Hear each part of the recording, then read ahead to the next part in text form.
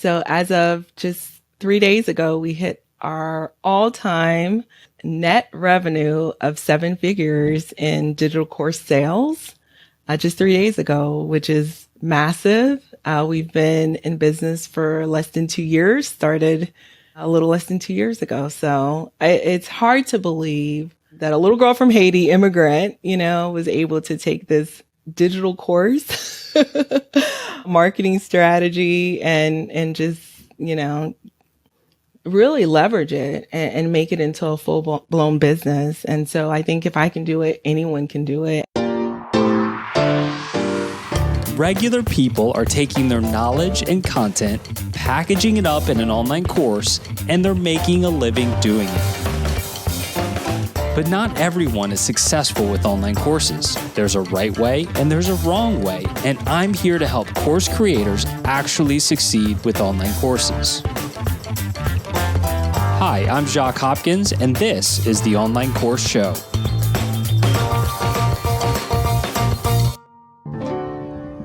Hey out there, welcome in. I'm your host, Jacques Hopkins. Welcome to episode 201 of the Online Course Show. We have an amazing conversation with an amazing guest today who has been wildly successful with online courses and is a little bit newer to the game in just the past 2 years. She has made over $1 million. She hit that magic 7-figure mark in online course sales. And I love bringing on guests like this who can share their story. We can unpack it. We can figure out what she was doing right. We can figure out what are the things maybe she didn't do as right. And we can bypass those things and really focus in on the things that she did right in order to try to mimic her success. But I got to tell you, she has done the majority of the things right, and the results speak for themselves. I especially love how she got started. She really got started the right way. So I want you to really focus in and lean in on that. My guest today, her name is Dr. Rachel Gainesbrough. Her website is shorttermgyms.com. She has courses on how to succeed with short-term property rentals. And before we get into that full conversation with Rachel, let me tell you about the sponsor of this episode, and that is going to be Kajabi. I'm now running my businesses in Kajabi. I've got almost everything in one place. It does so many things so well. If you want to run a successful online course business, just don't think anything else of it and go with Kajabi, because right now, in my opinion, it is best in class. Maybe it's not always going to be that way, but right now, Kajabi is the best. And so if you want to run an incredible online course business, you want to run a business like I do, you want to run a business like Dr. Rachel does, you're going to hear from her shortly. She runs her whole business on Kajabi as well. If you want to see an example of a website built with Kajabi that's not just mine, go to shorttermgyms.com. That is a Kajabi website. And of course, her courses that are there. And she runs so much of her website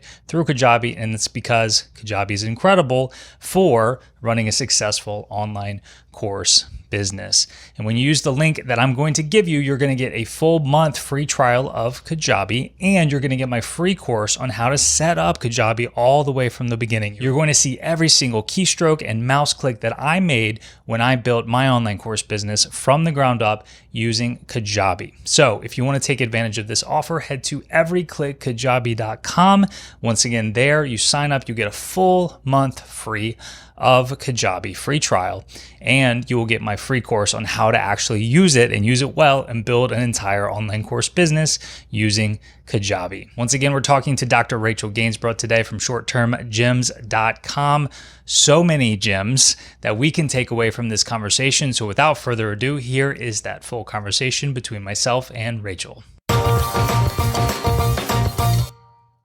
Hey, Rachel, welcome to the Online Course Show. Hello, Jacques. Thank you so much for having me. And thank you for, creating this platform to talk about one of my very favorite things in the whole wide world, digital courses. So it's such an honor to be here with you today. Holy smokes. You like online courses too? I like online courses. I know. This is amazing. How long have you liked online courses? Well, I knew nothing about online courses prior to 2021.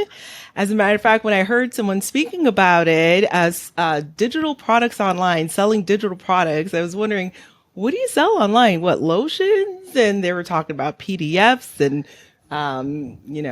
checklists. I had no idea. So in 2021, I really caught the bug where I realized that I had knowledge in my head that I can turn into a course and share it with others. And that really was my aha moment. Yeah, I don't think lotion could be a digital product. I think there's a physical nature to that. Absolutely. But that was actually the disconnect for me because I couldn't figure out, okay, what could you possibly be selling online? So for me, I went automatically to a physical product. I didn't understand the idea of a digital product.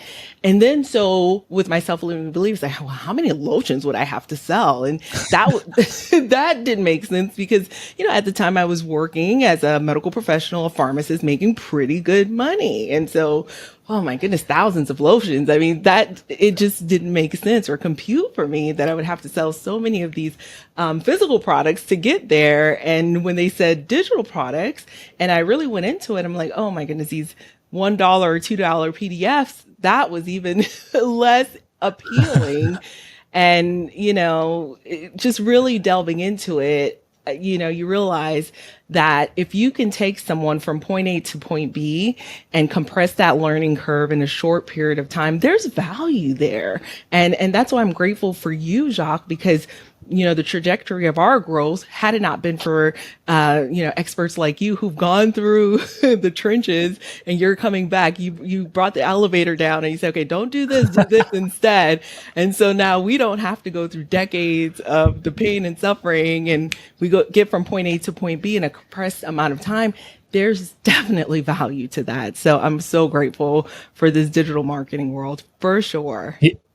Well, you've had some pretty incredible successes that I want to dive into. Thank you for the kind words. So a couple years ago, you're saying you digital products aren't even on your radar. Like you didn't really have any concept of what it even was and how that even made sense or made money.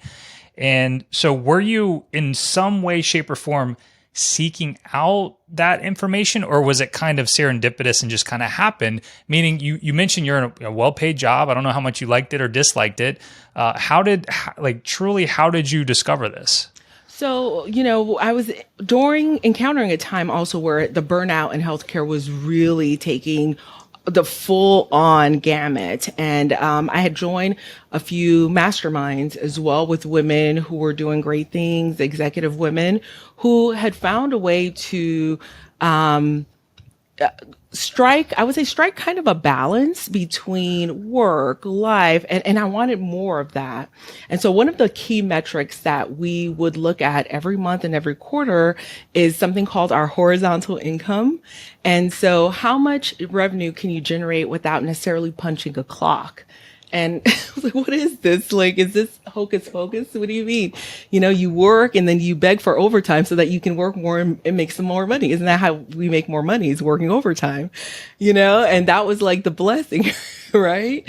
And so about that time, I got into also real estate investing. And that's when I realized, oh, you can make money without punching a clock with real estate investing.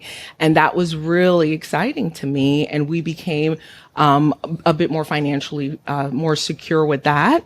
And additionally, just sitting in the rooms with these women, I was learning more about coaching and digital courses and writing books and all of these things that they were doing to increase what was called their horizontal income. That is the not punching a clock income. And, just learning more and more about it, I said, well, I don't have anything to teach about. Well, they would always tap on my shoulder and ask me about my real estate, and so that became what I was known for because I was a numbers girl, a spreadsheet girl. It's almost like with the pharmacy, I'm really good with recipes. They always loved what I cooked. I'm very like, don't you stray from the formula, you're going to pay the price. That's what I say. You stray from the formula, you're going to pay the price. You stick to the formula, and came up with these formulas on Excel spreadsheets, and they loved it. And so someone, including my husband, like, you should really sell these spreadsheets. It's like, who buys spreadsheets, And so that's where they started sharing about, you have a digital course in you, you have a digital product in you. And the rest really was history. Someone shared a little snippet of what some of these gals were doing online. They were selling something at a $7 value. I was like, oh, that's kind of interesting. But, it was at a lower ticket. But then just being a part of the world, once you start seeing it you can't unsee it, paired with coaching, paired with adding more high value offerings and really, taking that individual from point A to point B and helping them to get that greater transformation. You can provide more and then you can charge more. And so that's kind of the beginning and the end of it. I love that concept of horizontal income. I've not heard of that. It's adjacent to, I guess, passive income, which I think it has a stigma around it these days. Truly, what does that mean? But I think horizontal income is a really interesting term. It makes me think of back when I was working my full-time job as an engineer, and I was essentially paid hourly, and we could work more and just keep, and get paid the exact same rate. And so I remember like the third or fourth year at my job, I decided, you know what, this year I'm going to make $90,000. And so I did the math and I went to my boss. I was like, look, I want to make $90,000 this year. And so for me, that means I need to work, 46 and a half hours a week on average this year. And that's the way that my mindset was working. It's like, I've got to increase my hours. Here's my rate. I've got to, to make this amount of money.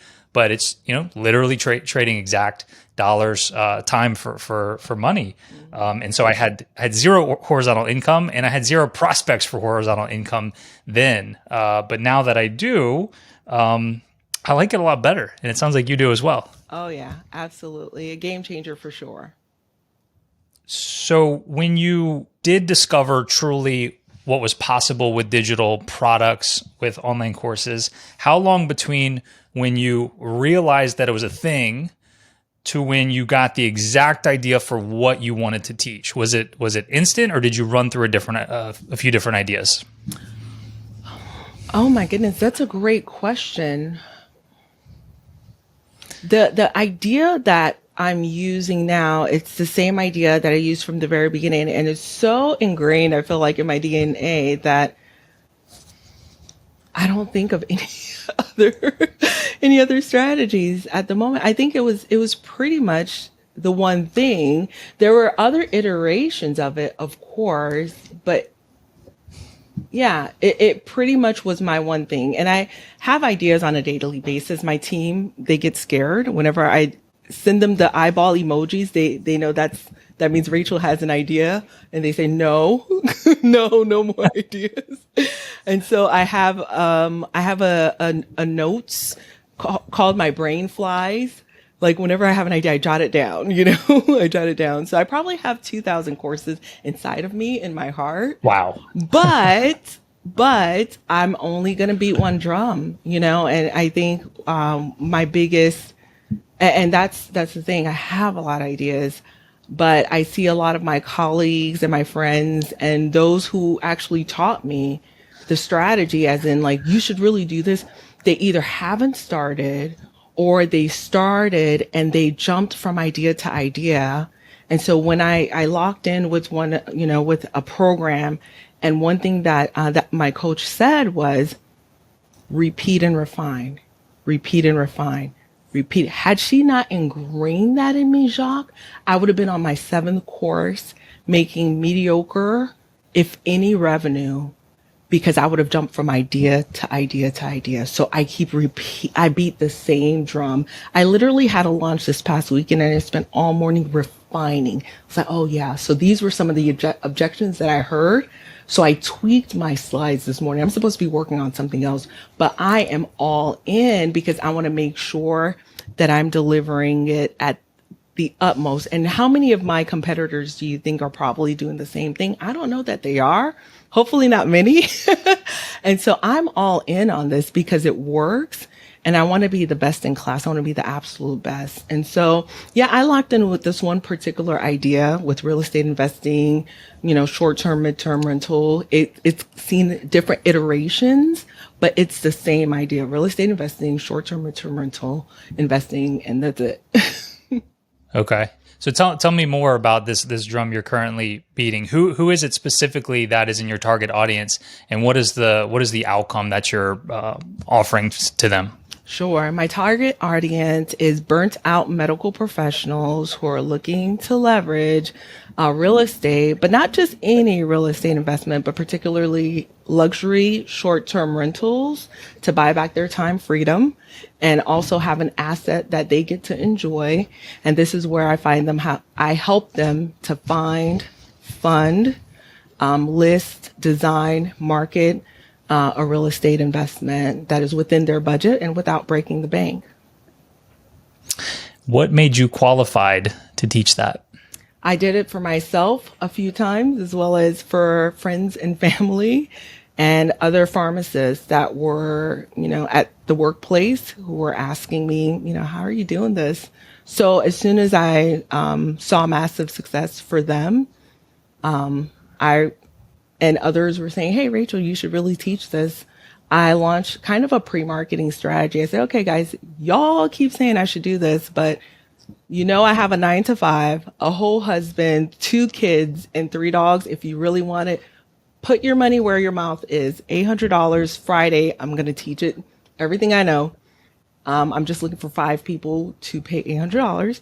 And if you show up, if you pay $800, you show up on Friday. Over the next 8 weeks, I'm going to teach you everything I know. And that'll be the beginning of a program. And you get to co-create it with me. And when I update it to the full blown program, you'll have access to that as well. But put your money where your mouth is. I'm not doing anything without anyone paying me because time is money, right? And so 10 people signed up. And I was like, okay, I guess I'm qualified to do this.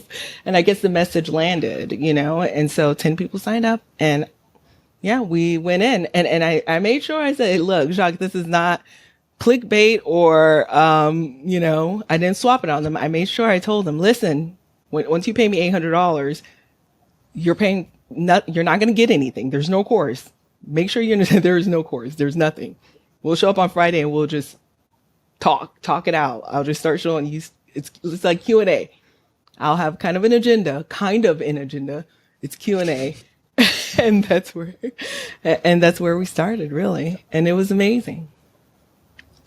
That is such an incredible way to start. Obviously it's catapulted and worked really well. Some of the mistakes that I see or some of the objections I know people would be thinking about at this point is like, they would want to do what you did, but maybe offer it for free because they don't know that anybody would pay $800 for something that essentially doesn't exist yet. Like it's inside your head. It's not something like you don't get a course immediately. And the reason that doesn't work is people, they aren't invested in it. They don't have any skin in the game. They won't show up. Right. And so you actually charge people money for it. You charged a good amount of money for it. Right. That's another mistake is you could have charged $80 and same thing, like wouldn't have as much skin in the game. So that's amazing that you charge such a high price. And then the next thing that people would say, like even if they're bought in on all of that, they would say, but I don't have anybody I could even pitch this to, right? So where did you go? Like what types of people did you put this in front of that you were able to get 10 paying customers on this idea?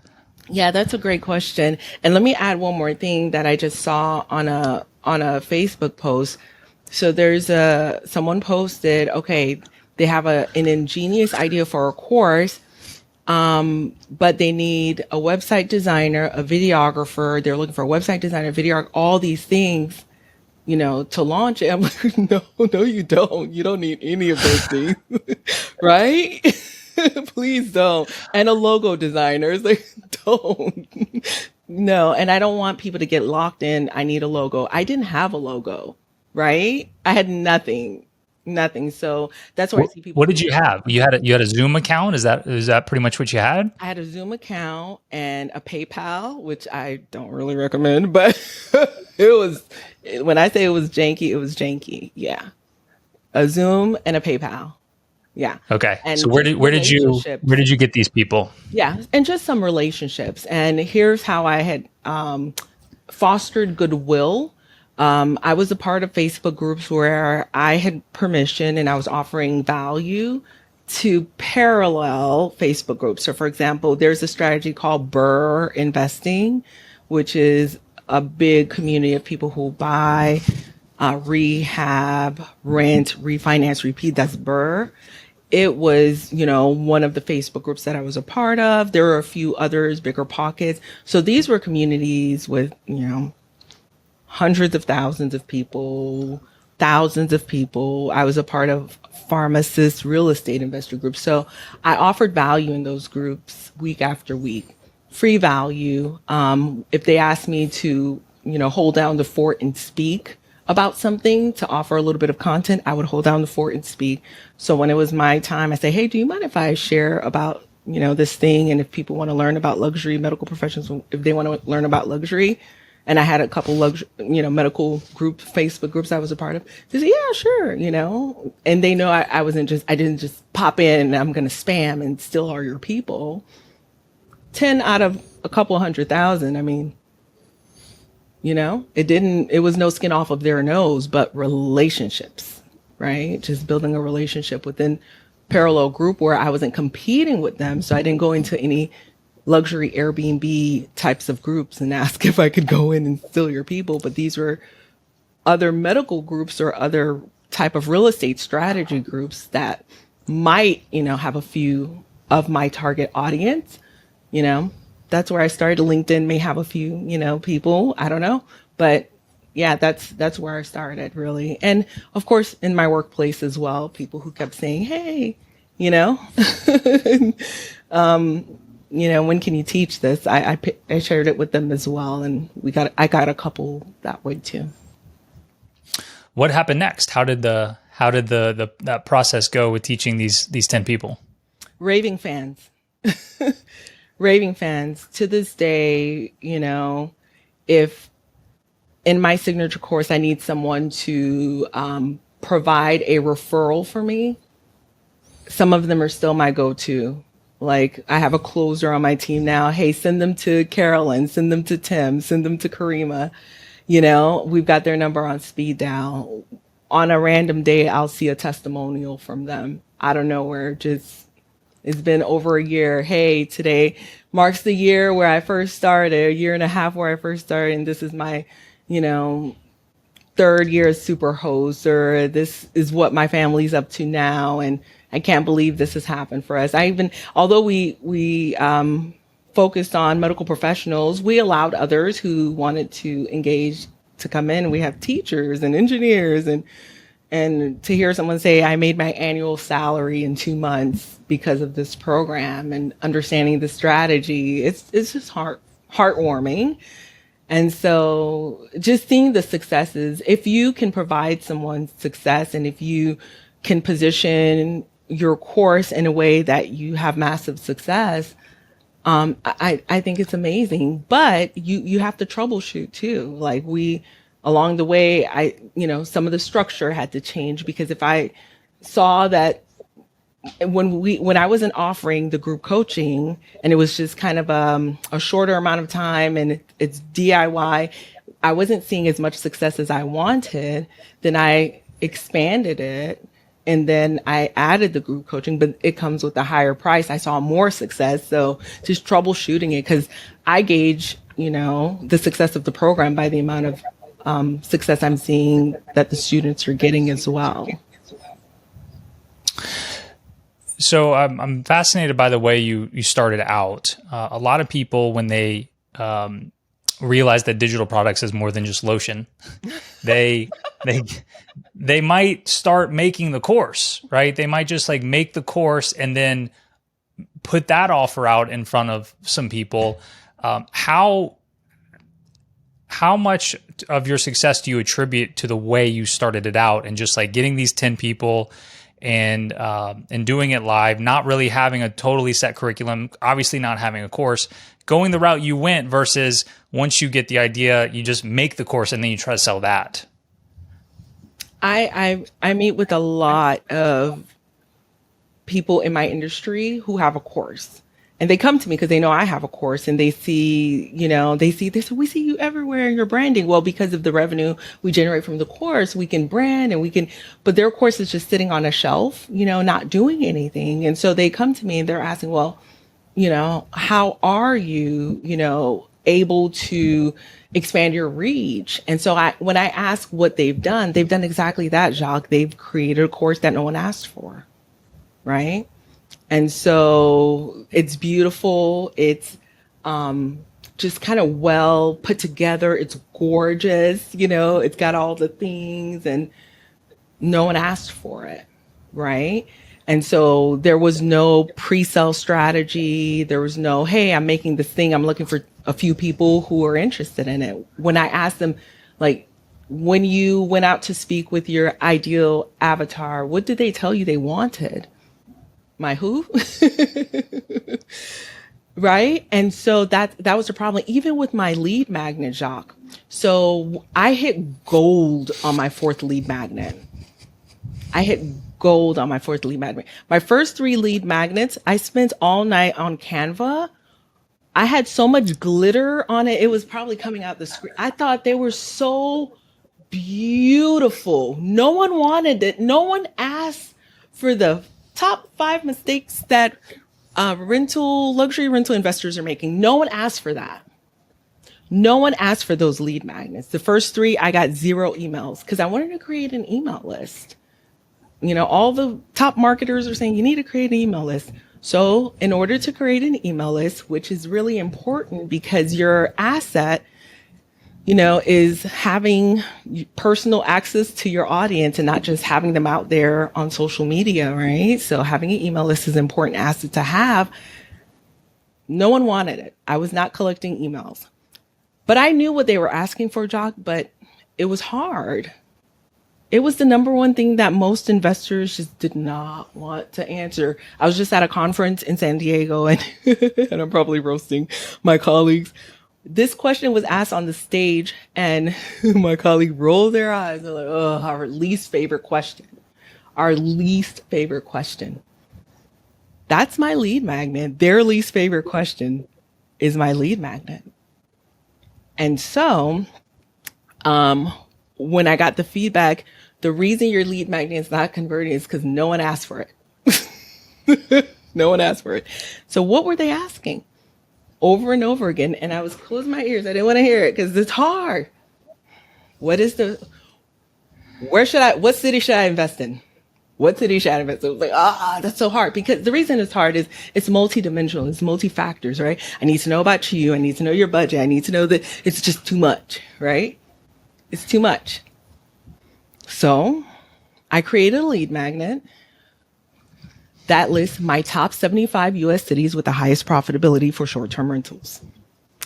This lead magnet costs me money. It's an investment. I have data miners collect with me. I have data entry specialists copy and paste, and we have to do that. I spend hours going through it and auditing it, and I have another data analyst auditor that goes through it with me.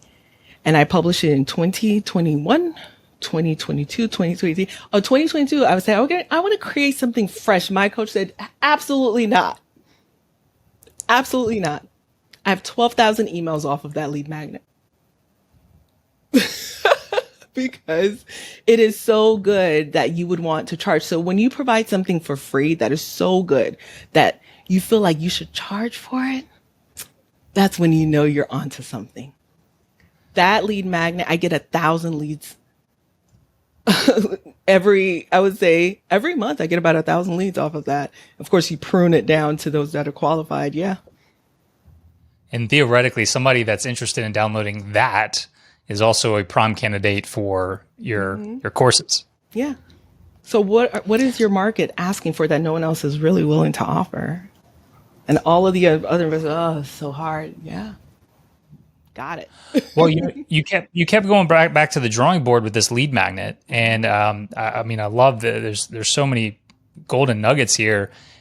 You tried it 3 times on your own, developing something that, in your words, nobody was asking for, but you kept going to it as the 4th one that hit once you did it right. But why were you so persistent? Why was people opting into your email list so important to you?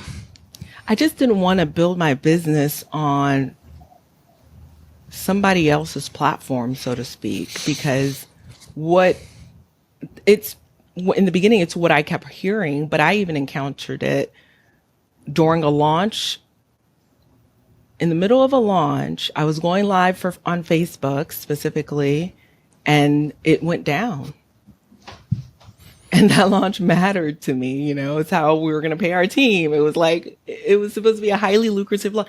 Facebook went down, completely down. So say Facebook was the only place I had all of my audience. I didn't have any emails. What if I had no emails? What if YouTube was the place I had all my audience and it went down? What if, so I believe that having emails are important.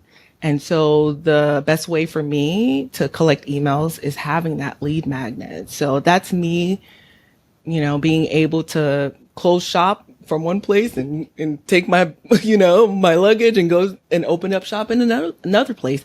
Having those emails are a huge asset, and phone numbers too. We're getting into texting lately as well. Emails and phone numbers are definitely a thing for me. So I see a lot of courses in property investment and especially in short-term rentals. I see a lot of courses. Some are doing okay, some aren't selling at all, right? Is there something like special about what you're teaching? Why do you think yours is so successful when there's so many out there, at least from what I've seen? That's a good question. I think it's just really getting focused on my target audience for the most part. So perhaps those that are out there, they may tout, you can, do the strategy without owning property or without, and it removes any of the barriers of entry. But mine is focused strategically on medical professionals who are burnt out. Number one. And my second strategy that I tout is all you need is 1 to 2 properties to be wildly profitable. So I don't believe in 100 doors, or we're not doing that, because our highest and best use, a lot of us, is our medical degrees. If that's where we want to continue to stay, is in our field.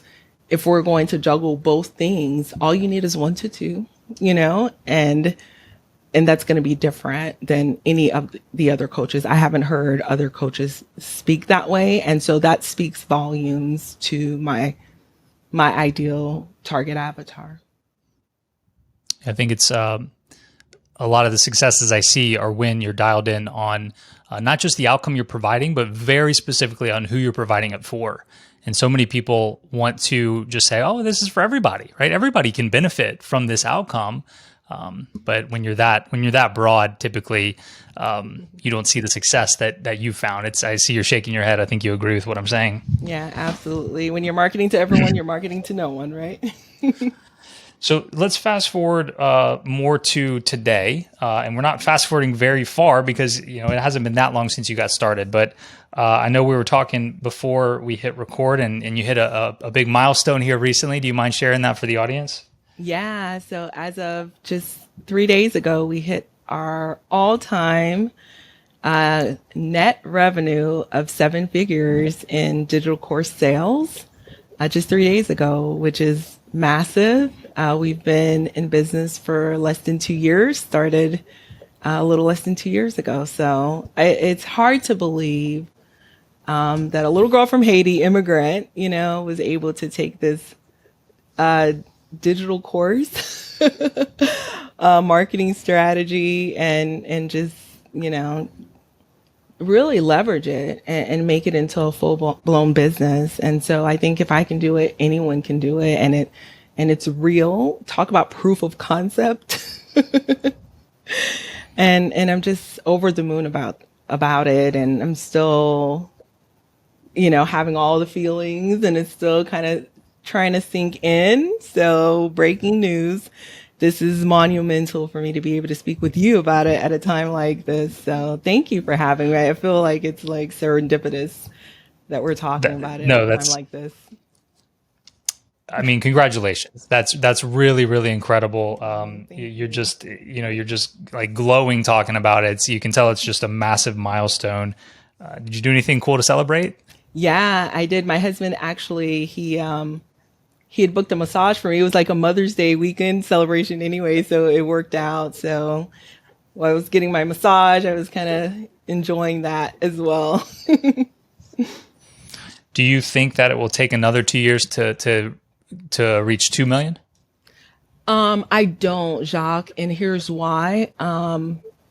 Last June, we were at $300,000 total, and so for us to be at a million total right now, so that's quite a trajectory. So I don't think it's going to take 2 years.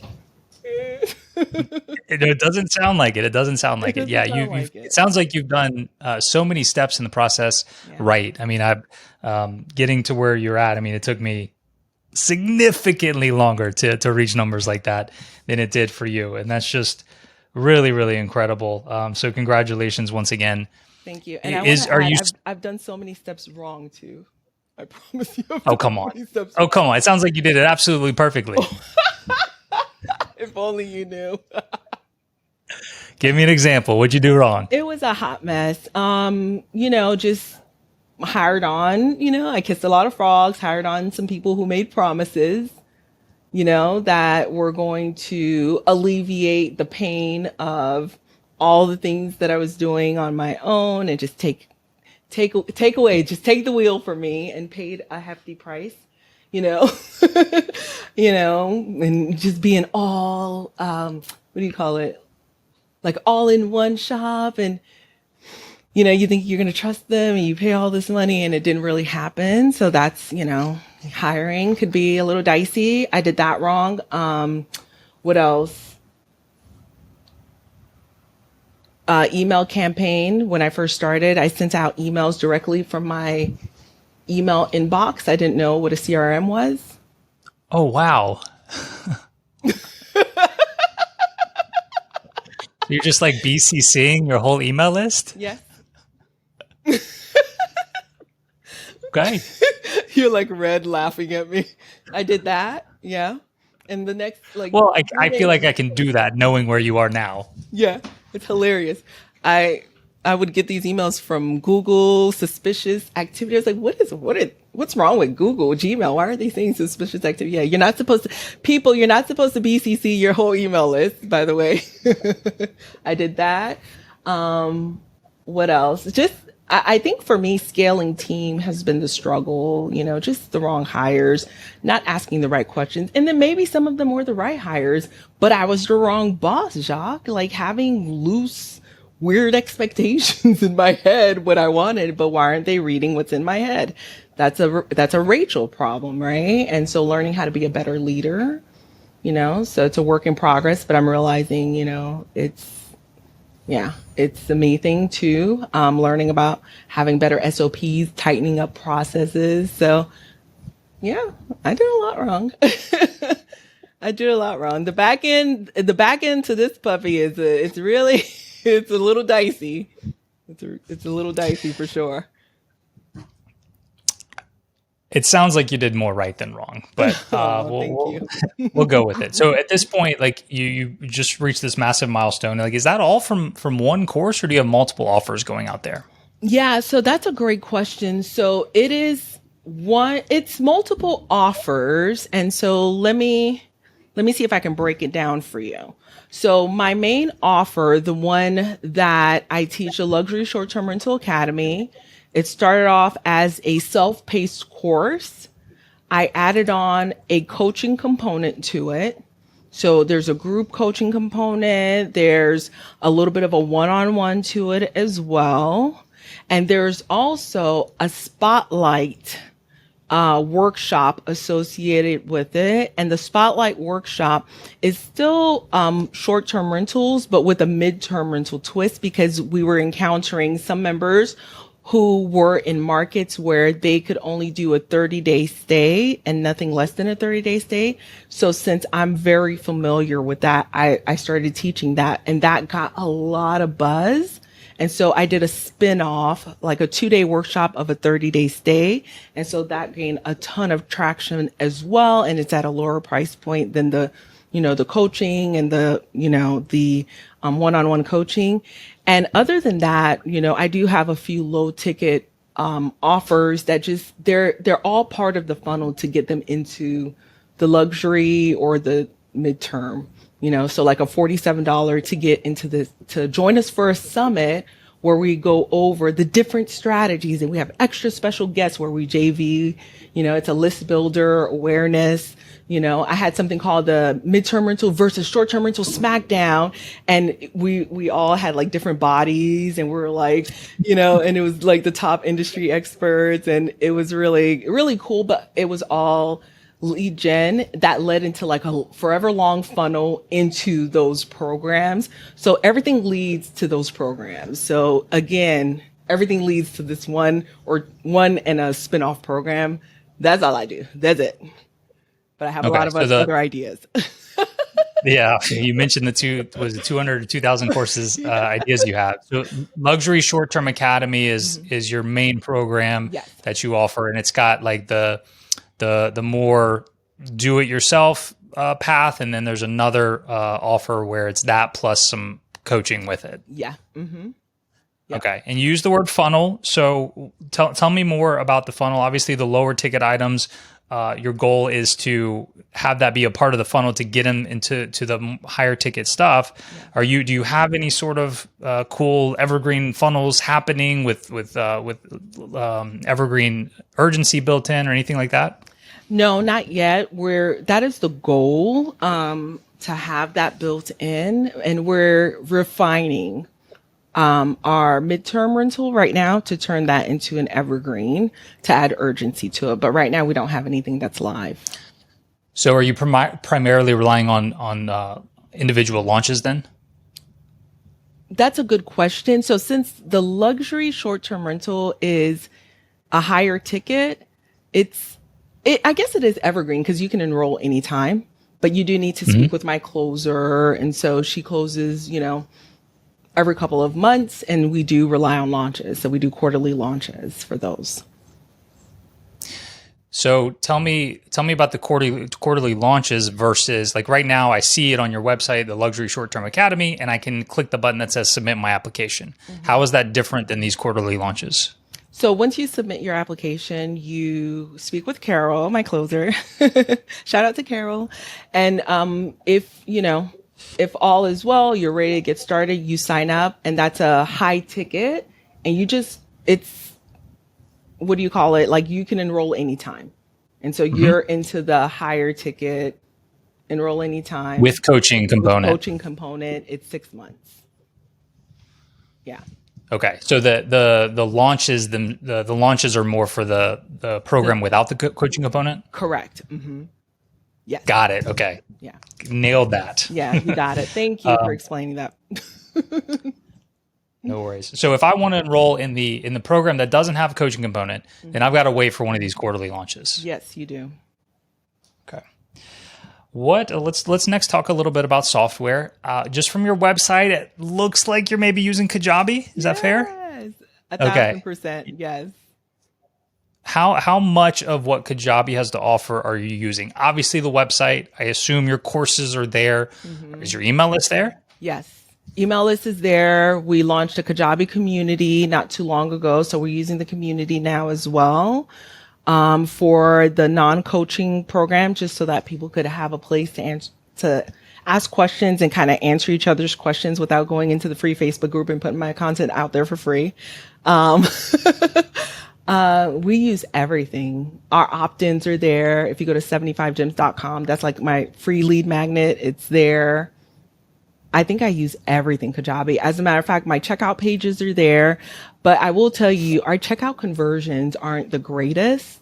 So we're actually thinking of converting to ThriveCart for checkouts now. Now that that was our goal. Once we hit 7 figures, we're changing our checkout pages, or maybe we should just stay the same. I don't know, but I don't want to say hate, because Kajabi, you've been good to me, but yeah.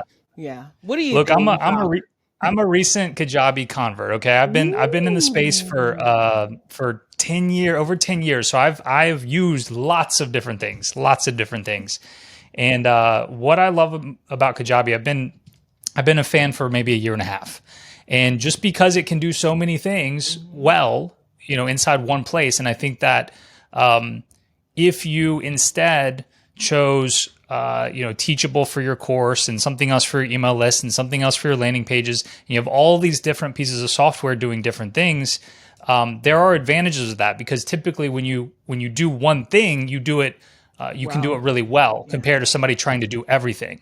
But to me, lately, what I've seen is the headache that goes away when you can just like run your entire business inside of one place.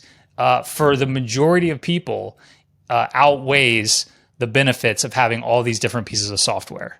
So that's the main reason I'm a big fan. Now, you mentioned the new, Kajabi recently came up with their new version of Community. I'm not a fan of it. I don't love it. I think they could have done so much better with it.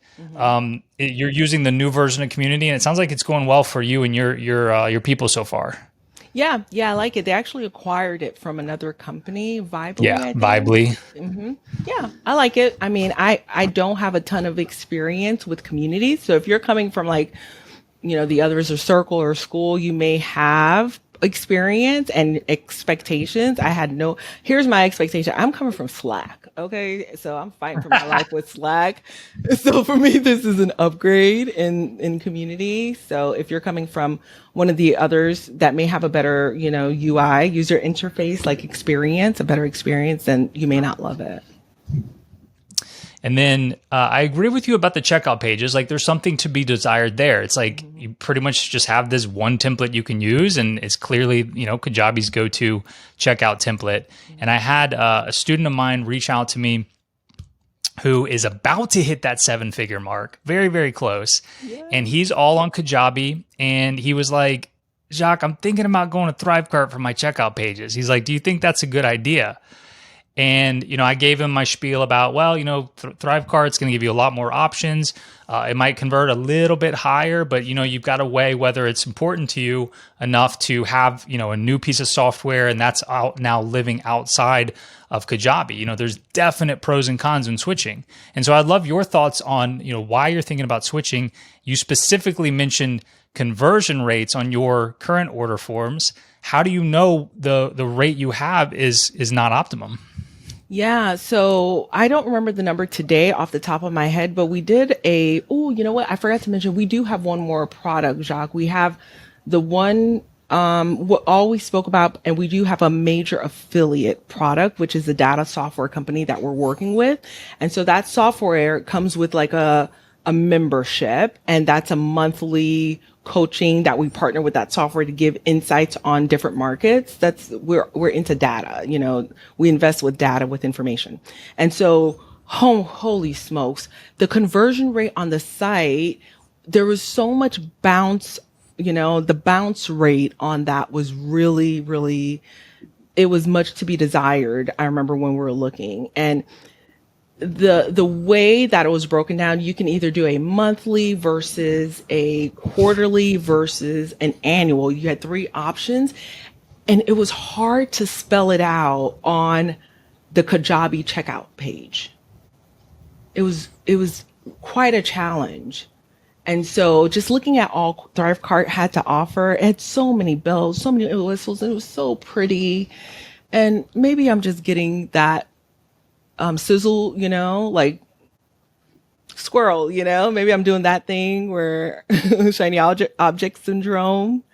I don't know, but it was hard. And so we were looking at it was quite a significant bounce rate. I'm thinking like 60+% of people they're like, bye within seconds, versus when I asked, some of the course community what they were seeing on their ThriveCart, it seemed like it was a better conversion rate.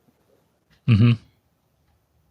Yeah, there's no doubt it's a better product. And my advice to him was actually do it.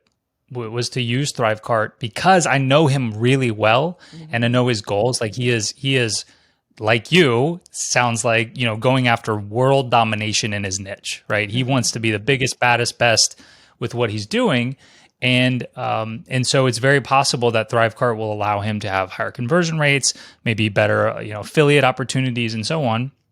But for me, I have zero plans to switch to ThriveCart, because I more so value the overall simplicity of having, my check. When somebody purchases with ThriveCart, you got to get all of their information then back over to Kajabi and make sure they have access to the right courses. And so there's more opportunities for breakdown and whatnot. But if you've got a good team behind the scenes, and you're after just like making every little piece as good as it can possibly be, that would certainly be a reason to do that.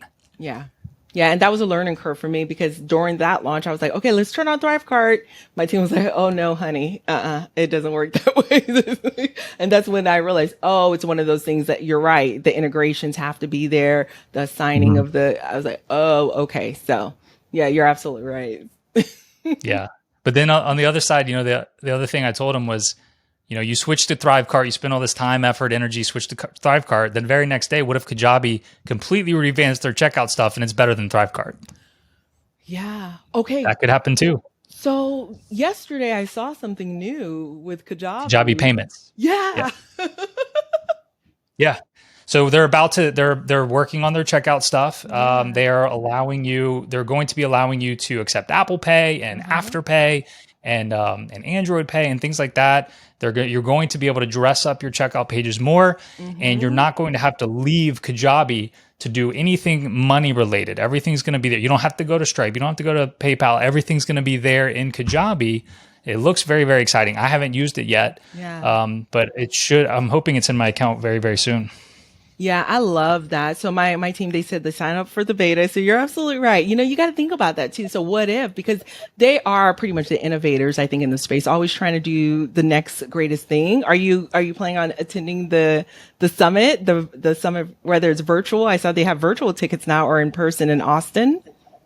Mm-hmm. Yeah, so this will air probably after that event actually takes place, which is the last week of May, early June 2023 this year. I will be there. Are you going to be there? No, I have a conflict, but I'll be there virtually. I really want to be there. I need to figure out how to get there to at least meet you, Jacques. Yes, I will 100% be there. But I'm, like I said, I'm a recent convert. The last conference like this I went to was shortly before the pandemic. I went to one of the big ClickFunnels conferences because I was big into ClickFunnels back then. But that's like, you did? Yes. So I moved to ClickFunnels in 2016. And at the time, it was phenomenal. In my opinion, it was better than Kajabi at the time. Really? Now, what they did best was the funnels. Obviously, that's built into their name. And their core, like you could build your course there. And at the time in 2016, I'm like, oh my goodness, I can have my funnels and my courses all in the same place. It was revolutionary. But they just didn't do a good job of keeping up with the market. And eventually, in my opinion, Kajabi and other platforms got better and better and better. Now they've since released ClickFunnels 2.0, which I'm not a big fan of that either. But I think that the market's going to keep on changing, and I hope that Kajabi continues to innovate and continues to listen to the right types of people and not just be all corporate-y. And what I've seen from the new community, I'm not thrilled about, but overall, I'm still a huge fan. I'd love to hear your experience with ClickFunnels. Yeah, and I just couldn't get it. And for me, as a solopreneur, when I was first starting off, I needed something that I could quickly go in, understand what I'm navigating, have an all-in-one. I just didn't know how to navigate it. Someone gave me a code. You would have access to their setup, and it was just really confusing. And then I got insight and advice from people telling me, no, you need to lean into it because you'll get the big old reward if you stay here. And I was like, bump the reward. After a month, I was like, they can keep their reward. This is not fun. And so I had it in parallel with Kajabi, and with Kajabi, I just wanted something where I could log in and just make a quick edit or a quick tweak or a quick, at first I was doing it all on my own. And then eventually when I had a team that had expertise and they would do things in such an expert way, and it was beautiful. If I needed a quick edit, I could make a quick edit. I never wanted a site where I couldn't go in and just do something on a Sunday night before a launch. And so that's what I love about Kajabi. I'm a fan. I'm a huge fan as well. So even though it's an all-in-one platform, I still certainly have these little tools and trinkets that do random little things here and there. Is there any other software that you just love having as part of your business? I'm a techaholic, so I have a little like note taker that follows me around. AI tools, of course, so like a Otter AI. I love that. As my note taker, of course, I use all of the Google suites. I use Microsoft Office, to create my PowerPoints for my webinars. Zoom, of course. I use Restream a lot. I want to convert to Ecamm. I just want to leverage the learning curve for that when I do my lives. I go live every week to continue to offer value to my audience. What am I missing? What am I missing? I use a lot of tech. Can be a big slippery slope. It is. It is. It is. When we do our tech audits on a quarterly basis, it's embarrassing the amount of tech that I use.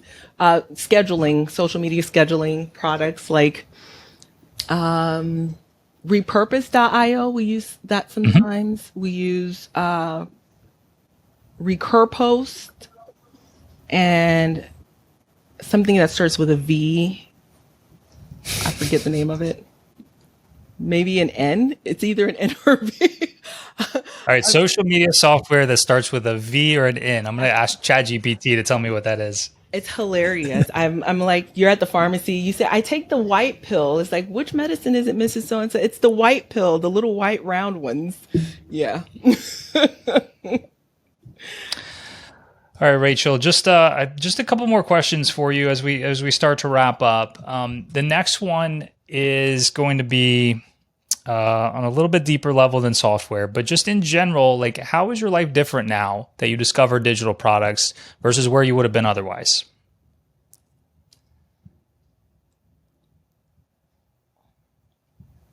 I love this question. For me, what it validated for me is that I can really take full control of my life, of my destiny, of my paycheck. I can live on my own dime and not someone else's. I can work as much as I wanted to or as little as I want to, wherever I want to. And so for me, it's so empowering. It tells me that I call the shots as opposed to someone else calling the shots. So it's pretty powerful stuff. Obviously, I agree. All right, last one is simply looking for some advice from you for those listening. Let's go more toward the beginning stages of this journey. If somebody's coming to you and they're like, look, I love what you've done, super inspirational. I've got some knowledge in this random niche over here. Like, how can I find success like you have? I want to go back to validating that information and that there's a market for it. And the biggest misconception I think is, and the misconception I had is, and you asked the question, why would I think of leveraging Airbnb short-term rental education when there are so many other coaches out there, right? That's what came into my mind. I know that's not how you asked it, but that's the first thing that came. Everyone else is teaching it. Why would I teach it? But there's something with my own delivery. So if there's something in your heart that you're thinking, you know what?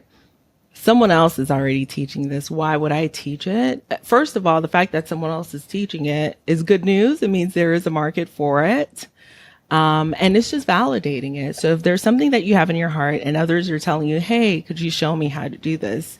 And if you don't think you have knowledge of something and people will continue to encourage you, or they keep asking you, or they lean on you for a specific type of advice, whether it's relationships or whether it's, raising teens or whatever it may be, you may have a course inside of your heart and validate it, sit with them and ask, you know what, I'm thinking of sharing this with others. Have you ever thought about buying a course about this? Or have you ever thought about paying for, advice about this? And just start doing that type of market research to see, what that market would look like and what it is that you can offer in terms of value, to package it into something, that you can put together for them. So if you have something in your heart, there's definitely value there. And I think for you not to share it with others is